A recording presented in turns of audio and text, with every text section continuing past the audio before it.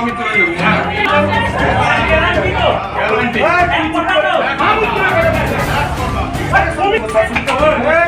আমার দিদির ক্ষতি আমার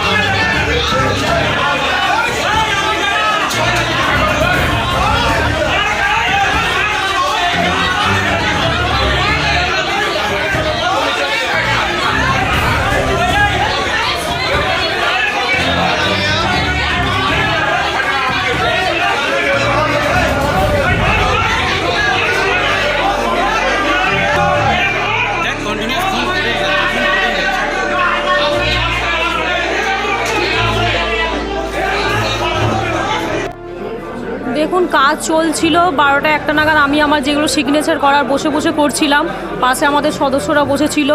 তারা 3 জন অফিসে ঢুকে সদস্যকে জিজ্ঞাসা করে যে ম্যাডামের সাথে দরকার আছে। সে সদস্য বলে কি দরকার সেটা আগে বলুন, কারণ ওদের মতিগতি দেখে আমার সদস্যর ভালো লাগছিল না, সেই জন্যই সে কথাটা জিজ্ঞাসা করেছে তাকে।